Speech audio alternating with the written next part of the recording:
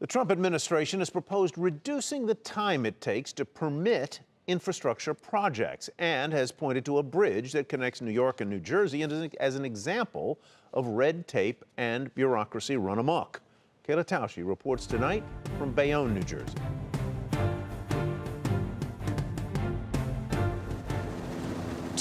Feet above the Kill Van Cole Strait, construction continues to expand the Bayonne Bridge.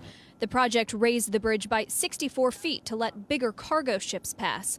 It won't be fully completed until 2019.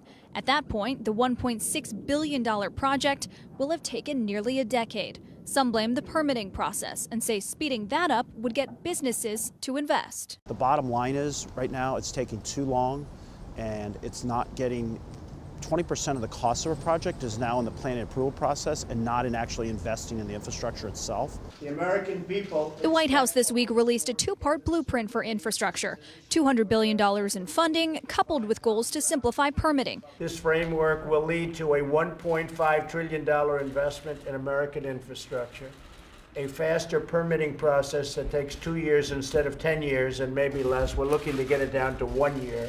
In practice, it's more complicated. The Bayonne Bridge review was conducted by one federal agency, the Coast Guard, which completed its permit in 26 months. Its construction and engineering took 6 years because of heavy traffic and harsh northeast winters.